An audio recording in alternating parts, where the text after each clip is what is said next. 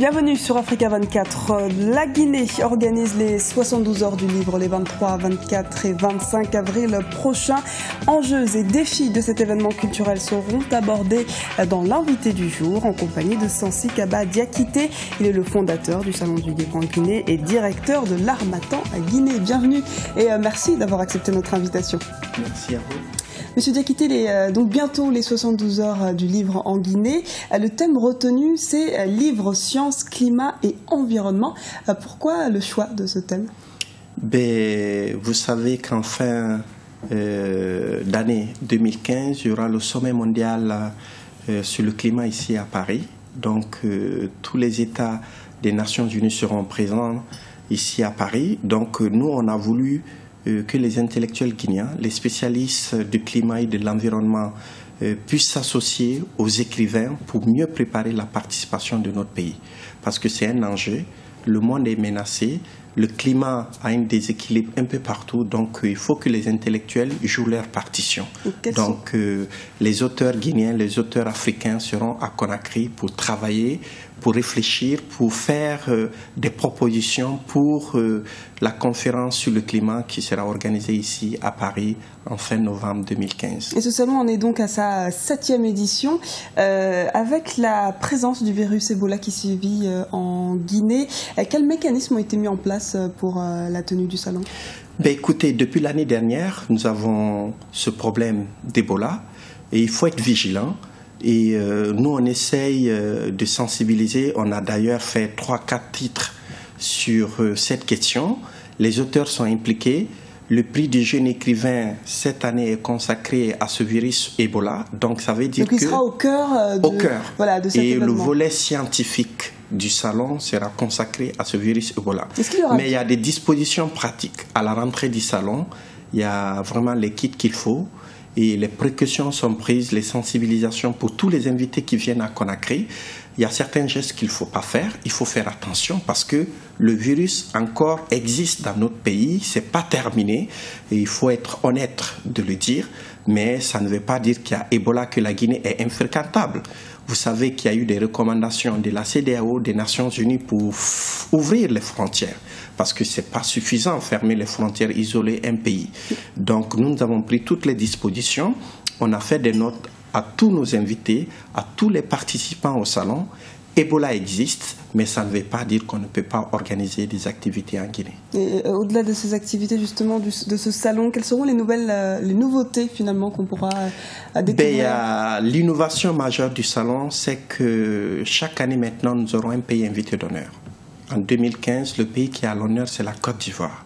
Donc, les Ivoiriens seront à Conakry en compagnie de leur ministre de la Culture, qui est aussi un écrivain.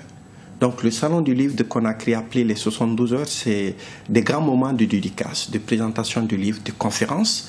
Et puisque le thème, c'est sur l'environnement et le climat, nous aurons un colloque à Conakry avec des experts venus d'Amérique du Sud, d'Europe, d'Asie, d'Afrique, pour réfléchir et, comme je vous ai dit à l'entame de cette émission, pour faire des propositions pour bien préparer le sommet sur le climat à Paris.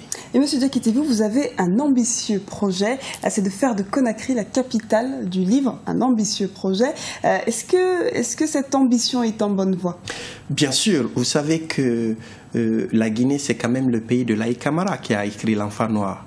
C'est le pays de Tchernomone Nebo qui a été prix Renaudot. C'est le pays de William Sassine. Vous connaissez Sundiata, l'auteur c'est Guibri Tampignan, c'est aussi le pays, la Guinée. Donc avec tous ces grands écrivains, nous on veut ressembler à Ouagadougou qui fait le cinéma aujourd'hui en Afrique. Lorsqu'on parle de cinéma, on pense à Ouagadougou. Lorsqu'on parle de photo en Afrique, on pense à Bamako. Lorsqu'on parle de musique en Afrique aujourd'hui, sans être prétentieux, on pense à la Côte d'Ivoire avec le Massa. Mais aujourd'hui, notre souhait, c'est de dire aux Africains, lorsqu'on pense au livre, qu'on pense à la Guinée. Et c'est possible. C'est possible, Monsieur Diakité, mais on ne peut pas ignorer, comme dans la plupart des autres pays du monde, le problème de la crise profonde que traverse le marché du livre. Comment intégrer cette problématique avec cet ambitieux projet? Nous essayons d'aller à la base. Nous avons fait des réunions avec des présidents de quartier, des chefs de quartier, avec les mairies, avec le gouvernorat de la ville de Conakry, avec les responsables d'entreprises et de toutes les institutions. Donc pour leur présenter, nous sommes soutenus, nous avons rencontré le Premier ministre et bientôt nous allons rencontrer le Président de la République pour leur expliquer. Et c'est un label, Capitale mondiale, c'est un projet que nous avons soumis à l'UNESCO. Donc, ce serait lancé le 23 avril 2017 jusqu'au 22 avril 2018. Donc, c'est toute une année d'activité, de promotion sur le livre et la lecture que nous allons entreprendre. Et à partir de ce moment, notre souhait, c'est de faire en sorte que Conakry prenne sa place en matière de capital littéraire. Parce qu'il y a des créations littéraires qui se font, il y a beaucoup de jeunes talents actuellement. Nous avons créé notre maison d'édition il y a 8 ans. Aujourd'hui, on a 400 titres. L'Harmattan Guinée, il y a 400 titres, il y a près de 300 écrivains qui sont sur place. Il y a beaucoup d'ateliers et de résidences de culture qui se font. C'est possible. Nous sommes soutenus par des partenaires, par des institutions.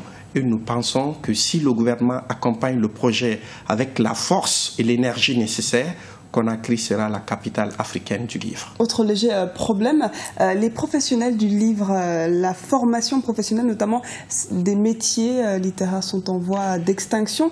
En Guinée, la question de la formation est à améliorer. Comment faire finalement? Bien sûr, nous allons créer avec une grande école bientôt les formations au métier du livre. Donc on est en train de mettre en place l'institut de formation. Même sans ça, à l'université de Kankan, aujourd'hui, les métiers du livre sont enseignés. Donc, il y a des jeunes à la base qui sortent d'une institution d'enseignement supérieur en Guinée, qui ont une formation de base pour les métiers du livre. Nous les accueillons dans nos maisons d'édition parce que ce n'est pas que l'Harmattan Guinée qui existe en Guinée, il y a d'autres maisons d'édition. Nous leur accordons des stages pour mieux les former et chaque fois qu'il y a la possibilité, nous sommes présents au Salon du Livre à Dakar, à Bamako, à Bruxelles, à Paris. On fait venir ces jeunes stagiaires pour les former et pour les intéresser. Merci beaucoup d'avoir répondu à nos questions, M. Diakité. Je rappelle que vous êtes le fondateur des 72 heures du livre et aussi le directeur de l'Harmattan Guinée. Et les 72 heures du livre se tiendront d'ailleurs à Conakry les 23, 24 et 25 avril prochains. Merci. C'était l'invité du jour. Merci de nous avoir suivis. Restez sur Africa 24, l'information continue.